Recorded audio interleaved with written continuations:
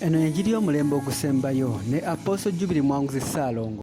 Mukama waffe yeebazibwe, balamusizaako mwenna abatula ku Leeta TV. Tubeebaza emirimu gyonna gye mukola emirungi kuva ku pulezidenti w'eggwanga, abantu ba bulijjo, bakabaka na buli omu mu kiti kye. Tusabe tukugulumiza kubanga otuwadde obulamu n'ekisa ate tuzze okuweereza. Mwe kujja ng'oweereza eri abantu bo mu linnya lya Mukama waffe Yesu, tulyoke tuweebwe emirembe n'omukisa nga tuwulira ekigambo kino tukikola ne tunywezebwa. Abalabi baffe aba Leeta TV, anziramu okubeebaza emirimu ate era nabasuubiza nti nja kubanga mbaleetera ku bantu ab'enjawulo okuwa obujulizi. Bagende nga bawa obujulizi nga tulya n'enjiri kubanga eri abantu nga balina ebizibu eby'enjawulo nga ate bikyasobola okuvaawo naddala mu mulembe guno kubanga ebizibu bisusse. Bwe bisusse ate ng'enjiri omulembe gwagwa, kanisa ebintu ebimu tebikyasoboka. Kati ate nga Katonda aleese omulembe ogujjayo amazima.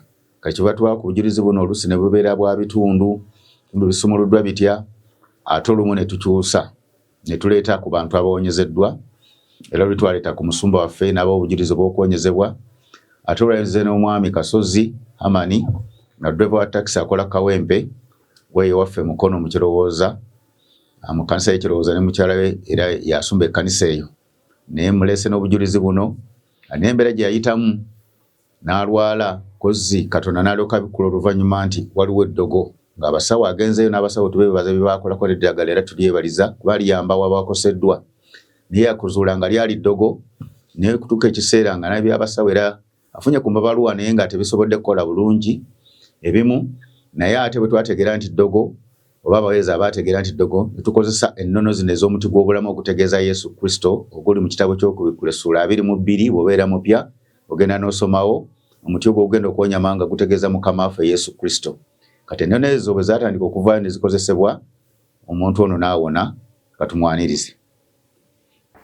Toyanza nnyo Apostle Jubilee Mwanguzi Ssaalongo olw'ebigambo by'otuwadde.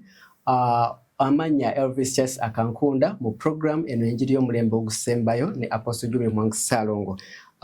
Tubaniriza mu time eno ey'obujulizi nga nsokera ddala okubakulisayo mu bujulizi bwe Namataba bwe twalimu ne Pastor Kizza nga we yatubuulira engeri gy'ayingiramu Namataba era nammwe mwawulira. So olunaku olwaleero ndi musanyufu nnyo oluganda kubanga tukyazizza omwami mu studio agenda era okutunnyonnyola engeri gy'afunyemu obujulizi okuyita oba oliawo mu nkola ey'omuti ogw'obulamu.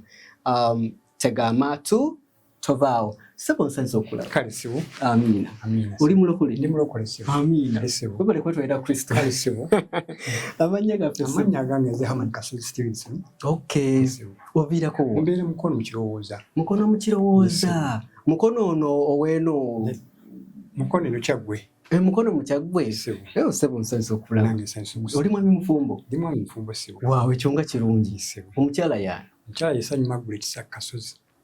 Mukyala Ssanyu Margaret Kasozi. Mukyala Ssanyu Margaret Kasozi ndowooza oli kutulaba eyo n'omwami. Olina abaana? Nina abaana. Amiina, ekyo tukyebaliza Mukama. Kati kiki okusingira ddala ky'ozza okutegeeza eggwanga obujulizi bw'olina ssebo? Obujulizi bwe ndeese bwa bulamu bwange. Ssebo. Okay. Obulamu bwaba butya kati? Tunyumize abantu bano baagala okumanya obulamu bwo bwaba butya. Obulamu bwange bwali tebutambudde bubi nnyo naye bwatuuka ekiseera ne nfunamu okukosebwa. Ndi musajja muvuzi wa mmotoka, ndi muvuzi wa taxi. Okay. Naye nali nvuga taxi. Oli mu bano ababeera ku nguudo oba olina? Ndi mu stage y'e Kawempe mu paaka enkadde. Mu paaka enkadde. Okay, mu stage y'e Kawempe. Bali eyo bakulaba? Banne ndaba. Banvuga natandika okunafuwa. Okay. Obulamu bwange ngenda okuwulira nga ntandika okuwulira empewo. Olunaku bwe nvuga ndipukapulira ng'omusujja ogunzijira zigira empewo ng'enteekero okunzijira bw'etyo. Oba ovuga ku olwo otuuseewo kuba wali ojja mu paaka wali oli? Nali nva mu paaka ku olwo kangenda Matugga eyo kubanga nvuga Kawempe Kawanda Matugga. Okay. Mba ngenda Matugga ntuuka e Kawempe awo empulira nga siwulira bulungi ne nsaba kondakita wange yangulireyo ku mazzi. Okay. Engulayo ku mazzi nenywako. Nanywako naye ate nagenda okulya nga yeyongera kutabuka. Ekirungi kondakita gwe nalina yali amanyi okuvuga ku mmotoka. Ne mugamba naye nti Yongereko waliwo akalwaliro akayita Kyaddondo. Tuuka Kyaddondo ne nfunayo ku musawo awo. Musawo nagezaako okunteekako ebyonnankanya okumpima. Ne bwampima agenda okulaba nga agamba otajja kusobola neeyongereko emulago. Neeyongereko mu ddwaliro eddene. Wetwala mu ddwaliro wano ku ddwaliro ettono? Lyali ttono wano Kyaddondo teryali ddwaliro eddene. Aŋŋamba neeyongereko mu ddwaliro eddene. Nisooka oleke ogambye wali otambula, I mean wali ovuga. Nali nvuga. Emmotoka wagireka mu kkubo n'ovamu abasaabaze n'obaleka? Era kyannyamba nnyo okuba kondakita yali amanyi emmotoka.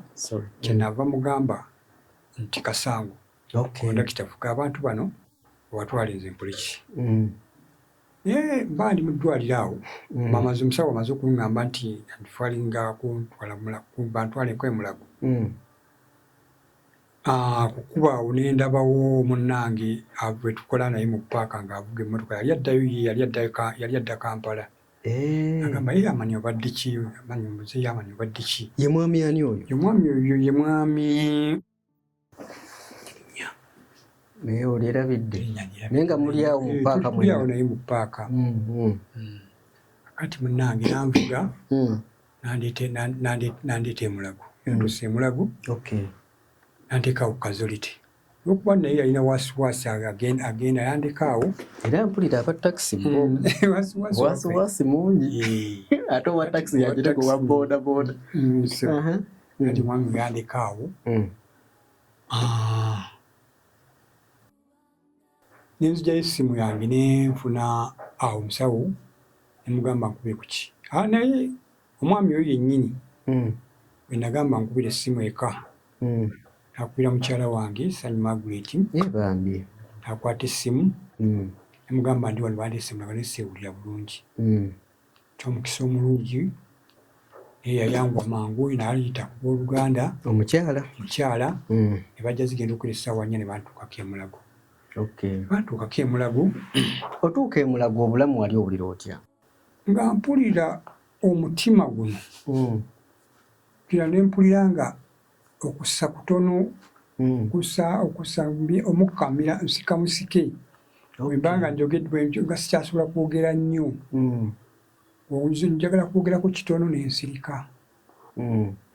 Kati bwe yatuuka ssaawa 4 eraliikirira n'agamba kiki mubadde kirimu. Ssaawa 4 ez'ekiro. Ne mbuulira munnange nti nfunye ataaka. Kirabika kiriko ki? Ku mutima. Kirabika kuli ku mutima. Olwo bawala bange babiri babeera Amatugga. Ne bajja. Abo ne batuuka ne bantuukako ne batuuka awo ne bagamba naye kiki oba tuwalidde. Gamba nalidde naye mpuze bulya ki. Ne bagulayo ku mmere. Bwe nalya ku mmere ne mpummulamu. Budde bwali buli bugenderera. Nokulaba nga ngenze nfuna bwoki. Ku njawulo. Olwo otuuka emulago abasawo twagala kumanya wano abasawo. Abasawo tebali yakitingirawo. Tebagirawo. Waliwo omusawo omu gwe baali balabyeko awo. Naye n'agamba nti katulindemu tulabe obudde bukole ki? Bugenderere. Ngenda okulaba ate nga nkoze ki? Nga nkomyewo mu nnomo ki? Bambi. Ng'oteredde. Era ne bannange abo ne bansabirako. Abaaliwo awo. Waaliwo omukyala n'abooluganda baali bazze bansabira n'abaana. Bukya enkeera ne tukola ki ne tuvaayo tudde eka. Tudde eka ne tukola ki? Tugambye kaakati nno nti kyetaagamu ki? Okwongera okulaba eddwaliro. Nga bani bagamba? Era baaliwo abooluganda bandifani baliwo omusumba. Kati ekitegeeza mu ddwaliro wano abasawo tebanfaako.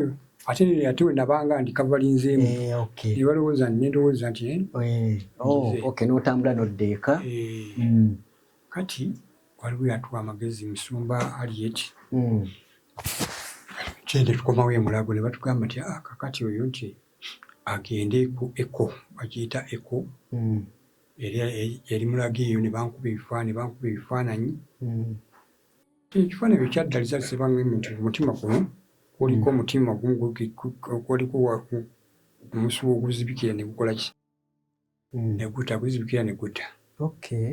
Wandifalinga ewa dokita nfune eddagala, ntandika ku ddagala. Nga bwe tusaba. Naye nga wali owulira otya? Awo. Wagendera ku echo oba ku bifaananyi wali natandika naviira ku echo. Olwo nga mpulira sinnafunira bulungi ki? Sinnafuna bulungi. Obulamu tebunnadda bulungi, sinasobola kuvuga mmotoka. N'otandika eddagala. Natandika eddagala. Nga bwe tusaba. Waliwo omusumba ebiseera ebyo yali musumba Joshua. Kati kyembadde nsaba okumanya nti watwogera ku kyokusaba wali mu kkanisa ki nga bagiyita batya?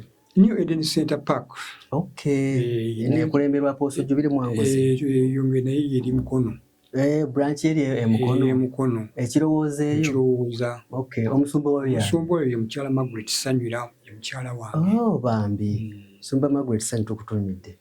Mukyala wange. So ne mutandika okusaba? Batandika okusaba. Abaawo omusumba eyajja. Era wabeerawo ne musumba, abaaliwo ne musumba Joshua. Naye yali ali ku kyaki eyo. Kaakati kusaba okwo natandika okuwulira nti mu kusaba kwa New Eden Center Park mulimu ennono. Mulimu ennono? Mulimu ennono. Ennono ezo kuzimu kwe zaakolebwa, twakola yasooka. Sooka nenkola endagaano ne Mukama. Kati mbadde nsaba kusalaku katono ku kirimi nga tetunnatuuka kusaba banga tebannatuuka kusabira. Wakoma ku ddwaliro lya Echo lyokka oba olw'amalwaliro amalala? Nagendako Ebombo. Naye watuukayo? Bombo. Bwe nava Ebombo ne banzijjayo nga bo balemeddwa ne bantwala ku Ekike. Namuwongo. Lino erya HIK ndiwulira eri international. Watuukako ne mu malwaliro agali international. Kirwadde nga kyali kikambwe. Era ng'obulwadde bukyebyo olwo ng'obulwadde bufuuse ekizibu nga nzimbye olubuto. Lyakuzimbye n'olubuto? Lyanzimbye olubuto. Bagamba nsigo, kibumba, kitima, endwadde nga ziringa 3 naye nga bagamba ndwadde ziri mu ndomo. Amagulu nga nina amagulu ne ganzimba nga sikyasobola kutambula. N'okuvuga nga tokyavuga? Olumbe lutabuse. Olwo kondakita yagirimu? Kondakita yagirimu taata. Watambulako mu malwaliro ag'enjawulo. Kaakati kusaba kuno ennono. Olwo mutandika okusaba.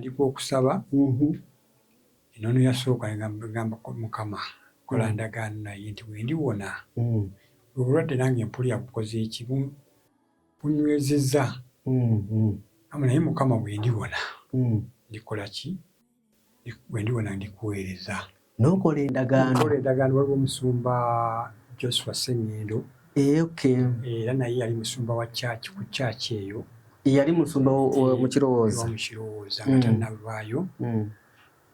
Tukola endagaano ne ŋŋamba Mukama nti bwe ndiba mponye ŋŋenda kuweereza. Ng'owulira ekirwadde kikuyinzizza. Abatulaba eyo nga w'otegedde oba wawulidde omwami Kasozi w'atunnyonnyodde engeri olugendo luno jazze alutambula oba jajja alutambula olw'obulwadde. Naye point etuuka wano ali kutunnyonnyola nti yakola endagaano. Nga we tuwulira bulijjo Apostle Jubilee Mwanguzi wayogera endagaano tukitegedde kimu ku bibala ebiri ku muti ogw'obulamu. So akoze endagaano ne Mukama nti bw'aliwona ajja kuweereza Mukama n'obulamu bwe bwonna. Oyinza okuba oli eyo naye nga naawe embeera si nnungi eri obulamu bwo, naye nga oba oli awo nga weetaaga ekibala kino eky'endagaano eri ku muti ogw'obulamu oba n'ebirala. Katulabe bwe yakola endagaano eno kiki ekyabaawo oba ki ekyamutukako. Kati bw'amala okukola endagaano eri Mukama n'oyatula n'ogamba nti ekiba kibe bw'olimponya genda kuweereza genda mu maaso bakuwulira ntandika obulamu bwange okubanga butandika okukyuka ng'omaze okukola endagaano olwo nange ntandika okumanya nti ebibala eby'omuti gw'obulamu bitandise okukola ki. Mukyala wange Sanyu Margaret n'atandika okukola ennono era okwongera okukola ennono. Eyakola ku nnono ez'enjawulo bye tuyita ebibala eby'enjawulo. Era mu byakola Mukama n'abikkula nga ndabika nti nali nina eddogo lye baali bankoledde lye nali sitegedde. Omala okukola endagaano Mukama n'abikkula kitegeeza omala kubaako ky'okola. Ng'abikkula ng'alaga nti lindidde ennyama y'embuzi n'amata. Olubuto luno munda muno ne mugyamu ekintu nga kiringa musota nga era nga kigira kyagiranga ne kinyoola nga buli kinyoola mpulira muli kiringa ebikalagambo ebinkalabula nga nsula nkaaba. Afuba nnyo munanti weyongera okukola ki nayongera okunsabira nayongera okukola ennono naye nagenda okulaba obulamu bugenda bukola ki bugenda butereera. Amiina, ndowooza ekyo tukiwulidde bulungi. Omwami ono amala okukola ekimu ku kibala ku muti gw'obulamu n'atereera, naye nga tetunnaba kugenda nnyo maaso ku kutereera. Kati Mwami Kasozi, obulwadde nga tetunneyongerayo nnyo, obulwadde buno bwabumalamu bbanga ki? Mwezi gumu, wiikisi? Bwatwala ebbanga. Kuva mwaka ki? Kuva 2009. Paka nga 20 nga 2023 awo. 2023. Okay. Kati gwe abalabala amangu obeera omanya ebbanga obulwadde omwami ono bwambeerako. So kati ogenda okulaba nga embeera ekyukakyuka. Embeera nga egenda okulaba nga ekyuka bambi. Neyongera okugulumiza Mukama. Kati kitegeeza tetemu yatuuka nga amagulu agaali gazimbye gakkakkana. N'olubuto nalwo lugenda lukkakkana. Yali asubira ennankani bagamba ebintu bibumba nti birwadde nti mutima nagwo nga ngenda okuwulira nga guzimbizeemu nnomo ki. Sooka olindeko olubuto lwali lunene ne lukkakkana. Olubuto ne lukkakkana. Naye kati abalabe baffe bayinza okulaba lunene kitegeeza luno lwa ssente. Abatulaba badde luno olubuto lwa ssente temugamba nti lukyazimbye. Ekitegeeza tuba kuba n'omusawo wano twandibadde tukola ki. Naye kati mbadde nsa kukuzzayoko katono emabegako nti mu malwaliro gano ge watambulamu tewaliwo biwandiiko abasawo byonna ebiwandiiko birina fayiro n'ebifaananyi byonna mbirina amalwaliro nagenda gye biri ewaka. Kitegeeza omuntu nga yagadde okutuukayo obimulaga bulungi. Mbikulaga bulungi. Amaanyi ga Mukama. Naye nga kiraga nti tewaali kuwonyezebwa okuva mu ddwaliro. Okay. Kakati wano okuwona owonye. Okuwona kuno ko kwatwala akaseera katonotono. Okay. Kati abalabe baffe nga bwe tuwulidde omwami ono nti ekyamuwonya yali nnono eya endagaano ng'ate kyekibala ku muti gw'obulamu. So ekyo tukitegedde bulungi ne tutegeera nti mu malwaliro gonna ge yatambulamu baakanyanga kuwandiika biwandiiko naye nga for sure tebasobola. Of course abasawo ebisinga bakola era ne bawonya, but kino ate ekyono kyagaana nti yali nnono yokka. Mwami Kasozi nga tunaatera okumaliriza, bubaka ki oba magezi ki ge wandiwadde omuntu eyo akulaba oba oliawo yali mu mbeera gye walimu so that naye asobole. Amagezi gempa abantu abali abatulaba kwesiga Mukama. Okay. Kwesiga Mukama bayite mukulukuka mweno ennankani y'obulamu omuti gw'obulamu. Omuti gw'obulamu. Okay. Basobole okukola ki. Okay. bajja kuba bulungi. Amina. Ekyo tukiwulidde sinze mbyogedde omwami atugambye nti enkola y'omuti ogw'obulamu gye tusobola yokayoka okwekwatako wetusobola okufuna obuddukiro. So mwami Kasozi mbadde nkusaba eddakiika zaffe zisigaddeyo otumireko abantu nga 2-3 awo abatulaba then nga tumaliriza. Tumise okutumira mukyala wange Sanyu Margaret, abaana bange, abaana bo tuweeya erinnya limu nga 2 nga Edwin Kasasa ne Andrew Luwandaga ne Nakawunde Florence. Abina. So be batatumidde tekitegeeza dadi tabaagala, dadi abaagala naye just lwakuba nti kewagajjukire naye nga mwena abaagala. So abalabi baffe tweyanziza nnyo, sebo tweyanziza nnyo olw'obujulizi obwo era nsanyuse okulaba. So ndowooza tuwulidde bulungi nnyo obujulizi obwo. Mukwano nkusaba nga tugenda mu programu eno y'enjiri y'omulembe ogusembayo ne Apostle Jubilee Mwangu Ssaalongo. Tugenda mu kitundu ekyokubiri. Tovaawo tokwata ku remote yo. Amanya nsigadde Obvious Kankunda. Bye bye. Alaba program eno enjiri y'omulembe ogusembayo ne Apostle Jubilee Mwangu Ssaalongo. Twagala okwebaza Katonda olw'obujulizi bw'owulidde. Nawe osobola okuyambibwa abamu buliyo nga babaloga, endwadde zigenze mu lwaliro ziganye ng'oluusi ddogo. Oluusi ne waabona ebikolimo ebya famire. Ate n'endwadde zisobola okubeerawo era nazo Katonda asobola okuwonya bw'aba bayagadde okuyita okuwonya. Tubazaamu amaanyi temuggwaamu ssuubi n'amaanyi, waliwo ekisa kya Katonda. Kati ate olwaleero luli nayogera ku struggle ne nga struggle yatandika dda mu buweereza. Nga struggle eno ekigendera kyayo kya nsi yonna, si ggwanga Uganda lyokka, okulaba nga Katonda alumba abantu kubakkakkanya. Kyenva mbakubiriza abafuzi baffe mwena nga mbasaamu ekitiibwa, Pulezidenti w'ekitiibwa Bobi Wine w'ekitiibwa n'abafuzi abalala mwena abeesimbyewo.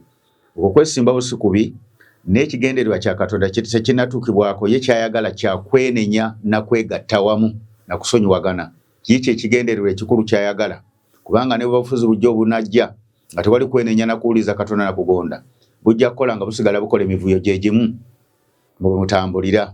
Kati kyetubakubiriza Katonda okula eddoboozi lya Mukama kuba eggwanga yalironda, obona ayisemu oba oli ayisemu, naye kyasinga okwagala Katonda kwenenya na kutabagana na kukola Katonda kyayagala, kubanga kyo ngenda kwogera ku musango olwaleero guddamu mulize bulungi. Ensonga nga ngivuddeko njagala kuyamba ku bantu baffe, gavumenti ekirungi obubaka buno muba mubuuliza bulungi manyi bubatuukako, njagala kuyamba ku gavumenti yaffe kubanga oluusi efiirizibwa ssente, oluusi nga n'omukulembeze ategedde nawe tebategedde. Kati nyamba obubaka buno bugende eri Ministry of Works, Yunula ne Landise Mukono. Waliwo ettaka eriri ekyungu ku buloko 115 ploti ku bibiri emu eyinza okuba ye buloko za 115 ploti 23 liri kyungu, liriko enkayana mu family, abantu ba family bafuna obutakkaanya. Abantu abamu ne bakyusa ekyapa ekikadde weekiri ddala nga kiri mu mannya ga Gwavu kinawe kiri, ate bano ne bakyusa ekyapa ekyali mu mannya gwa Gwavu nga manya nga kimaze okukyusibwa mu Gwavu ne kidde oba mu kibuuka, bo ne bakikyusa ne bakiza mu mannya gaabwe, naye nga ate tebalina na mabaluwa gakikyusa. Ebiwandiiko ebituufu binawe biri, abantu abamu babiri na famire zirimu enkayana za mirundi 2. Gwe yagula ku ttaka eryo wadde banga nti baddewo n'abayiwa buloko okuzimba ne bawulira ebigambo bino ne beekangamu. Ebintu bino birabika LC abyenyigiramu, naye mujja kufiiriza ate gavumenti, kubanga guno omulembe gutume buli mwezi magajja kuvaayo. Gavumenti yaffe obutafiirwa egolokokeremu yeetegereza ebintu ebyo, esindike bambega banoonyeze mu famire ezo, kubanga abantu ba famire ebo babeera mu kirowooza wali we babeera naye balinamu enkayana. Kati waliwo abeefunyiridde okukolagana n'abamu abali mu gavumenti nga bafiiriza ate gavumenti. Kati nze njirabudde ebeere nga yeegendereza nnyo, esooke enoonyereze ku bintu ebyo ku ttaka eryo kandidde mu buloko eri 115 ploti 23. Mugende nga mwegereza abali mu gavumenti, biyinza okuba byakyusibwa mu Landise Mukono mu bantu abalimu nga baagala ensimbi n'ebirala ebigenda mu kooti, kuba emisango giri mu kooti, naye era bano bagenda ne bateekayo ne bagulirira ne bakola bino na biri mu kooti y'e Mukono. Nayo mwegendereze nnyo mmwe abakola ebintu by'okubagulirira. Kati gavumenti njirabudde, kubanga ffe gwe mulimu gwaffe, ereme kufiirwa ssente mu ngeri ate kuddamu kusasula mirundi 2. Esooka eyimiriza oba okusasula ssente ezo n'eyunula ne wakisi, bateekemu bambega bagende banoonyereze mpola mpola. Bajja kuzuula bali ku kyapa ekyo kye baakyusa mu mannya oba gakibuuka okukyusa baliko nga 3, sijja kwogera mu mannya gaabwe. Balabe ddala baafuna ebbaluwa entuufu bafuna obutuufu bwabwe ba family yatulamu nekkaanya okusinziira ku ttaka eryo ndese n'ebyawandiikibwa kambyogere ngera 22 onyirwa 22 nkyali kuba ettaka tonyaganga mwavu kubanga mwavu tojoganga abonyabonyezwa mu mulyango kubanga Mukama yaliwoza ensonga zaabwe era abo abanyaga ali banyagako obulamu Katonda ajja bajjako obulamu gwe yagula ng'oli ku ttaka eryo olusi wagulya mu butamanya gw'olina okusooka okakkane olabe ekituufu okwatagane n'abantu batuufu musobola okutegeeragana obudde nga bintu bimaze okutereezebwa naye Bayibuli egambye nti totwalanga kintu kubanga oli mwavu Katonda ajja kubajjako obulamu mwenna abatwala ssente z'abanyaga okusinza ku Bayibuli ngera 23:10 tojjululanga kabonero kansala akedda toyingiranga mu nnimiro z'abatalina bakitaabwe kubanga omununuzi bwabwe amaanyi aliwoza ensonga yaabwe naawe Katonda ajja kutandika okwoza ensonga yammwe nammwe mwabanyaga kyevudde mbakubiriza oba gwakola ensobi n'ogula weetegereza ebintu ebyo kakkane ofune ekkuba ettuufu muzule abantu abatuufu abantu abo basobole okutuula wamu bakkaanye n'eppata emu eyagala kunyaga banne baganda baabwe abamu so nga ate bo baagala batuule wamu batereze ensonga ezo ne waliwo ppata eyeri ku kyapa ekyo ekijingirire engalo bakikolera mukono kiriko amanya ga 3 mujja galaba bakyusa ekyapa ekyo naye ebiwandiiko ebituufu mu ebiri kubanga kyali mu mannya gaggwava okutandika ekiri manya proti njogedde gavumenti londola nnyo ensonga eyo mulina bambega nze mbayambyeko kuba mulimu gwange kutereeza kulungamya ngenze ku njiri yaffe gigenderako ddala mu budde buno ngenda kuddamu okunnyonnyola Katonda okusalira omusango ensi ogwawamu lwaki agusala okwonoona kuba kususse n'asala omusango guno waliwo nja kulagako ekitabo ekimu nga yagusala yekka oba ne Kristo n'Omwoyo Mutukuvu n'ate ebirala bibira nja kulaga nti agusala n'abatukuvu n'alyoka asalira ensi omusango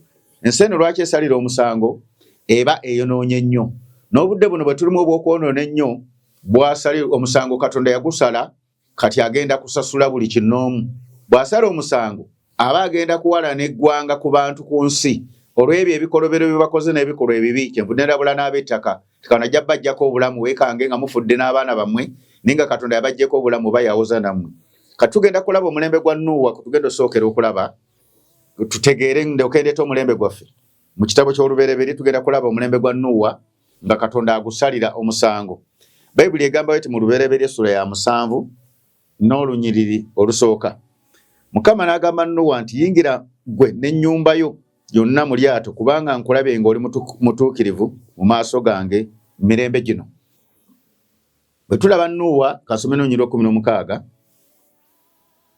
manya onyirwa 16 wano tululabe naye Nuuwa yali yakamala emyaka 600 amataba n'amazzi bwe gabeera ku nsi tulaba ekitabo kino eky'olubereberye essula eno gye tulabeyo 7 lunyirwa olusooka n'olw'omukaaga ndi Katonda yasalawo okusalira ensi omusango naye nga Nuuwa kubanga yalaba ekisa mu maaso ga Mukama nga mutuukirivu n'abulira abantu okuzimba eryato abantu ne bagaana bo bwe baamala okuzimba Katonda amugamba nti yingira mu lyato kubanga nkulabe oli mutuukirivu era Bayibuli eraga nga Katonda ye yaggalawo eryato lino n'aliggala kitegeeza nti Katonda bw'asala omulembe aba amaze okuggalawo biri byali bya mubiri nga birabika bino bya mwoyo aba amaze okuggalira abantu nga okujjako ekibataasa nga bayingidde mu mulembe omujja wano ekyali kibataasa tekyaliwo kubanga eryato yali alimaze okuliggala kati Ebbulaniya ennyonnyola okusala omusango kuno njagala kwogera mu Ebbulaniya 11:7 olw'okukkiriza Nuuwa bwe yalabulwa Katonda mu bigambo ebyali bitannaba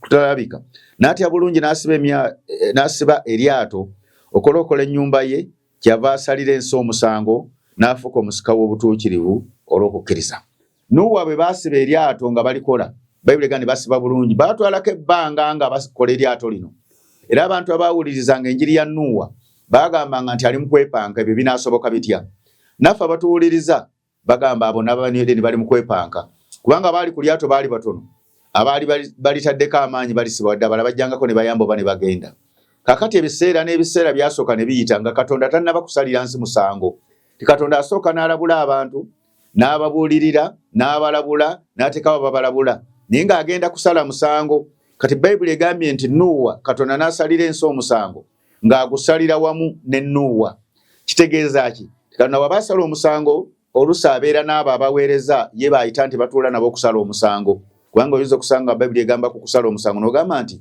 abantu basala batya omusango guno gwe baba basala gubeera ku nsi tegubeera gwa muggulu eri muggulu teri agenda kusala musango tetulina buyinza obwo ne wano ku nsi tulina obuyinza obusala omusango awamu nga tuli ne Katonda kooti neetuula Katonda n'agamba nti kati ensingi salidde omusango ngenda kusasula buli kinomu nga bw'abadde akola lwaki ebigambo bino mbababulira abooluganda ab'ebitiibwa abakulembeze abasumba na buli muntu yenna by'obadde okola Katonda yasaze omusango yagusala kati ekitutaasa nti mulembe gwaffe waliwo ekisa ky'okwenenya n'okulokoka naye wali tekyaliwo ngenda kunnyonnyola essuula endala nga Katonda asala omusango essula ya 11 mu mulembe omulala njaga kusooka kulaga mirembe gino lyoke nkomewo n'omulembe gwaffe 11 n'ensi zonna zaalina olulimi lumu n'enjogera emu bwe baali nga batambula ebuvanjuba ne balaba olusenyi mu nsi y'e ne batuula omwo ne bagamba nti tukole nno tukole amatoffaali tukole ddala ne baba n'amatoffaali mu kifo ky'amayinja n'ebitosi kifo ky'ennoni ne boogera nti kale nno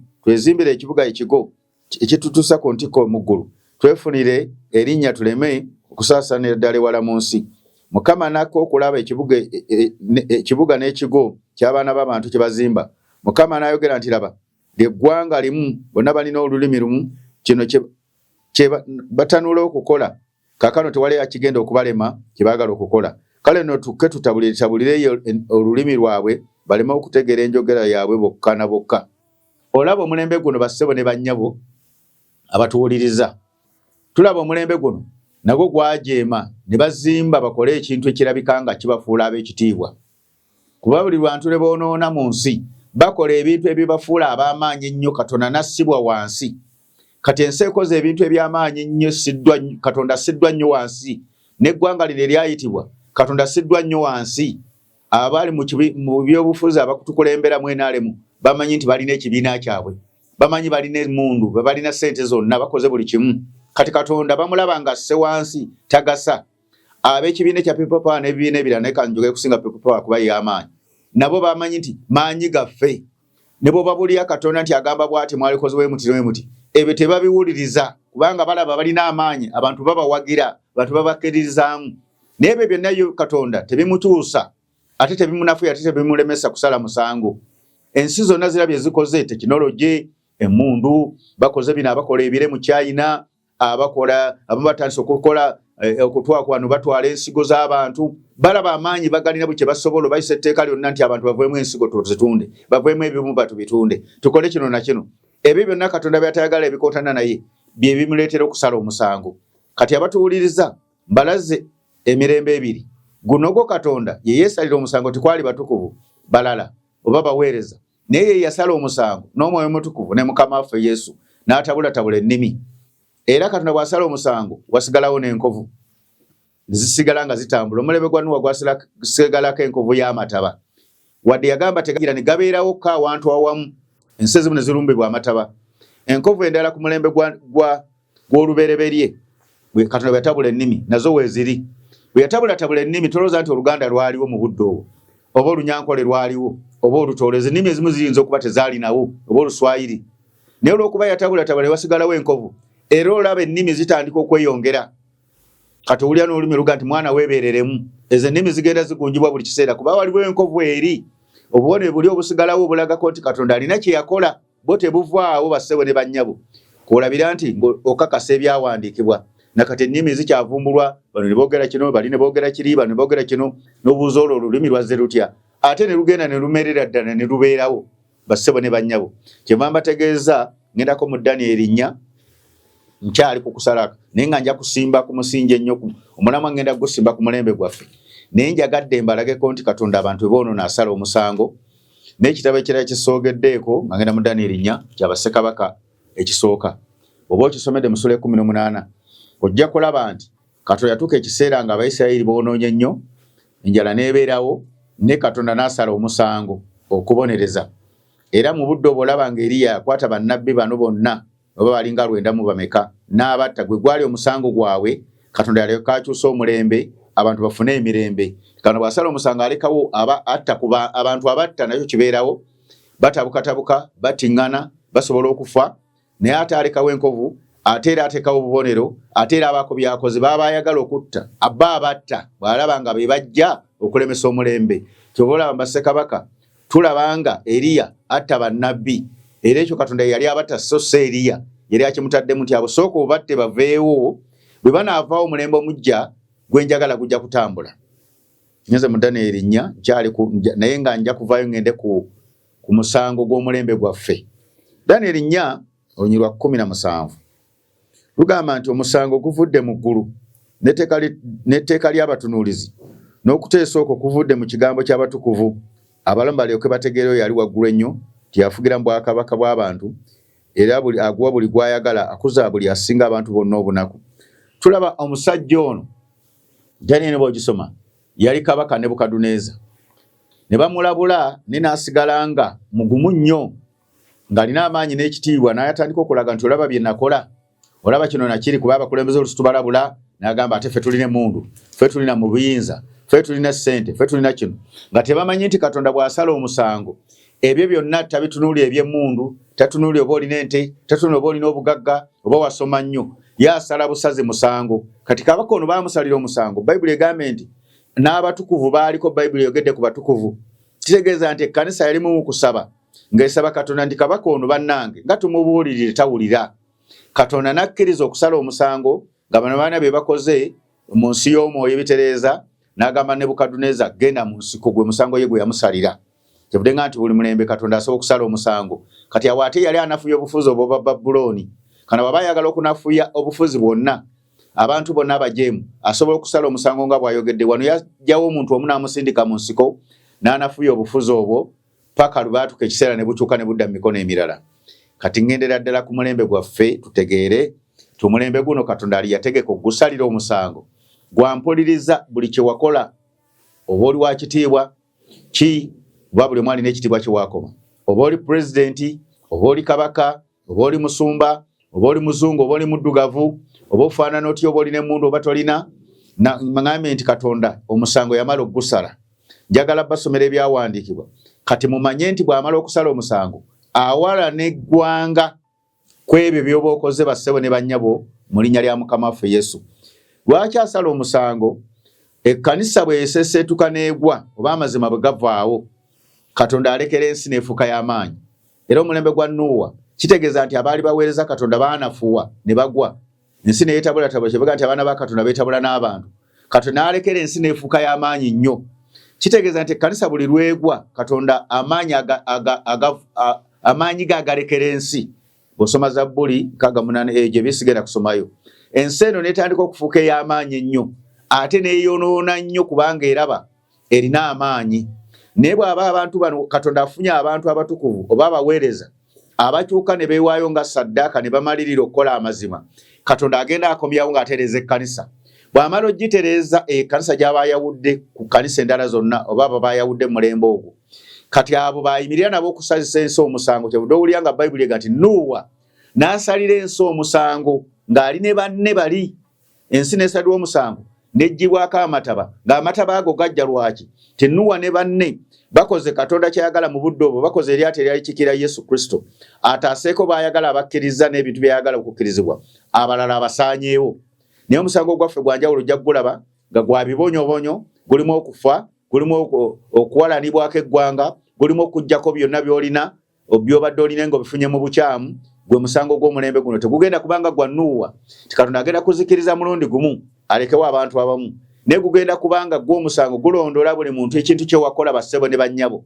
Katonda akulondoola akuteekeko ekirwadde ekikutwala paka lw'ofa okujja nga weenenyeza. Katonda akulondoole akuteekeko embeera yonna oba akuttirewo bw'abanga alaba weetaaga kutta oba akole kyonna ekisoboka oba abantu baggolokokereko naye ng'ekinsonga etegeeza nti Katonda yasala omusango. Daniel 7 ngenda okwogerako ansoke n'olunyiriri olw'omwenda ompulirize bulungi abadde tawulira njiri eno giwulirize naawe yagiwulira weetegereze byenjogera.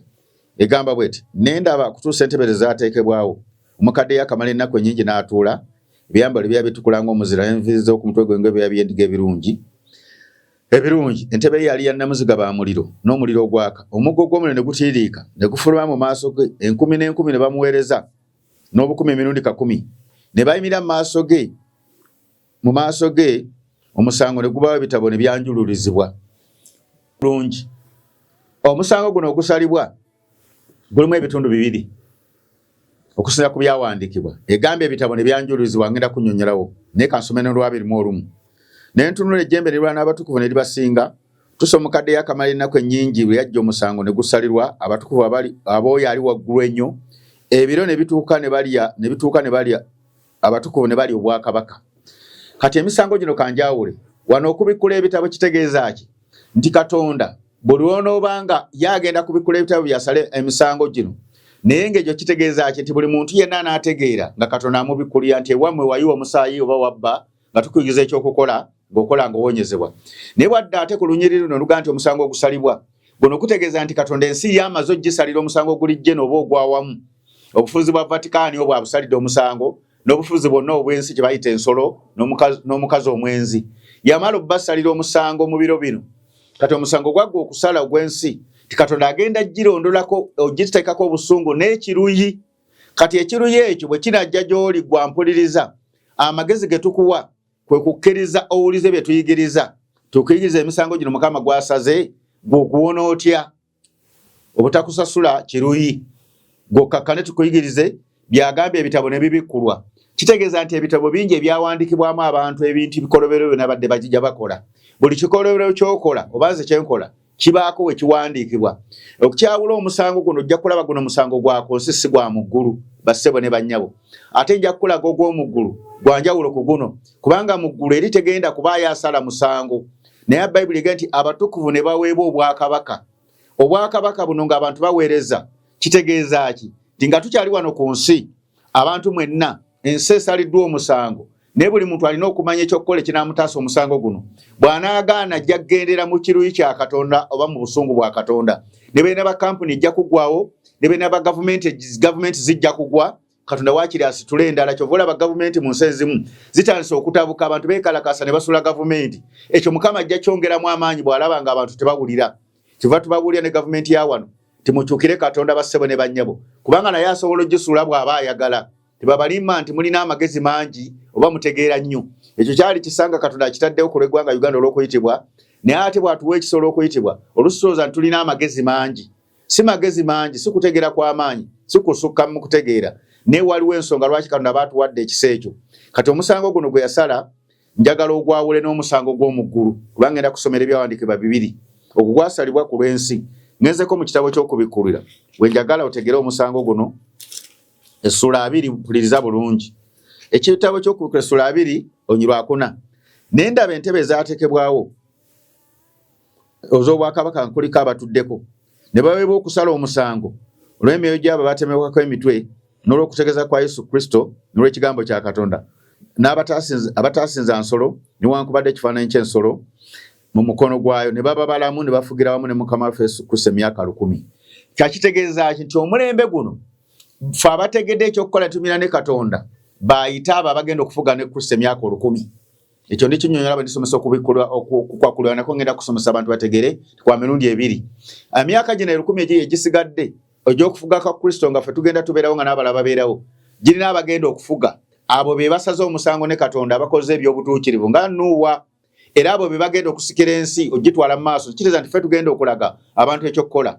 Ate ku bikkula 21 lulaga omusango gw'omu ggulu n'entebe ez'obwakabaka enjeru. Entebe y'obwakabaka ennene enjeru yali kaatuddeko n'eggulu nsi ne bidduka mu maaso ge ne bitazuulibwa na kifo. Ne ndaba abafu abakulu n'abato nga babemidde mu maaso g'entebe n'ebitabo ne bibikkulwa n'ekitabo ekirala ne kibikkula ky'ekyobulamu. Abafu ne basalira omusango ng'ebyawandiikibwa mu bitabo ng'ebikolwa byabwe bwe byali. N'ennyanja nereeta abafu abalimu n'okufa n'amagome nereeta abafu abalimu ne basalirwa omusango buli muntu ng'ebikolwa bye byali. N'okufa n'amagome ne bisubwa mu nnyanja y'omuliro kwe kufa okwokubiri ennyanja y'omuliro. Omuntu yenna yataalabika ng'atikirwa mu kitabo ky'obulamu n'asulibwa mu nnyanja ey'omuliro. Ebigambo bino byawula emisango gino ebiri.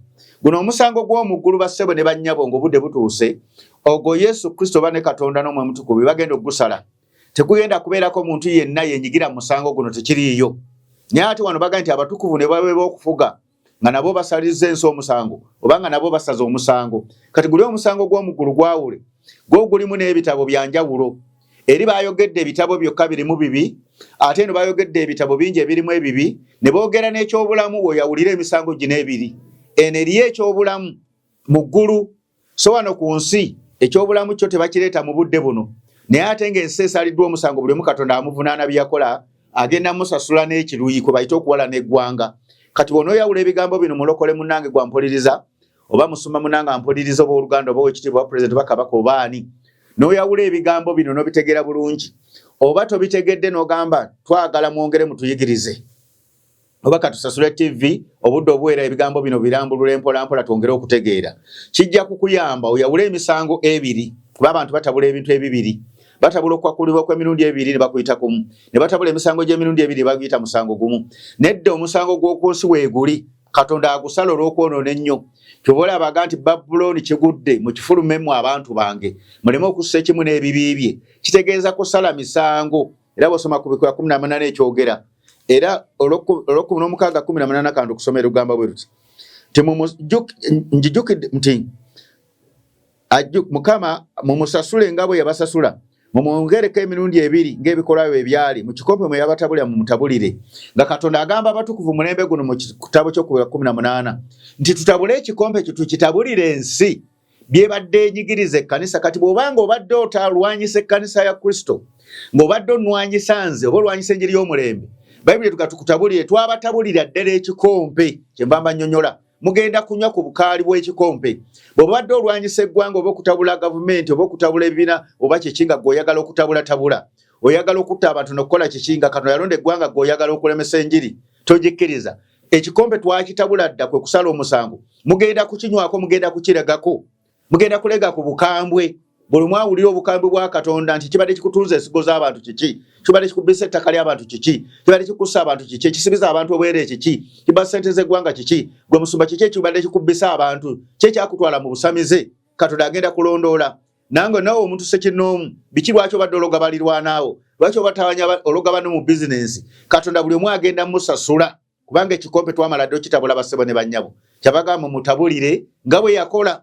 Byobadde okola abantu Katonda agenda bikusasula. Kyo nkutegeeza. Kati yawula emisango ebiri olunaku olwaleero, nti guno gulimu ebitabo bingi eri mu Danyeri boogera ku bibi byakolebwa ebiwandiikibwa. Ne mu Bikula 2 bwe mba nsoma ate wagamba waliwo n'ekitabo ky'obulamu. Kati gino emisango gyo gya mu ggulu eri ng'ensi etuuse okuggwaawo.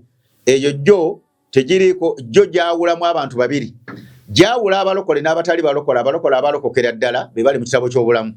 Abasigadde nga walokoka n'ogwa awo omusango ogukuzingiramu buzingizi. Saate kino ekitabo ekisala emisango giri ku nsi kyo kitegeeza ki? Bakubikulira bubikulizi nti watta omuntu wakola kino ne bakulumiriza. Ffe ne tukubulira ekyokukola kwe kusalira omusango, tikola kino na kino na kino kiveewo, Katonda n'akusonyiwa. Bw'oba ogaanye n'akusalira omusango oba gwakufa oba gwakubonaabona, n'osigala ng'obonaabona kubanga akulondolako ekiruyi. Bwe twawulira emisango ebiri, kubanga abantu abamu tebaawula nnyo, naye Katonda mwebaza mpadde ekisasirwa amanyi gange sirwa amagezi okwawula ebigambo bino bisomesa ensi bulungi ebitegeere. Emisango giri gya mirundi ebiri egisigadde. Waliwo omusango gw'omuggulu ensi eriba evaawo ng'ekomekkereza.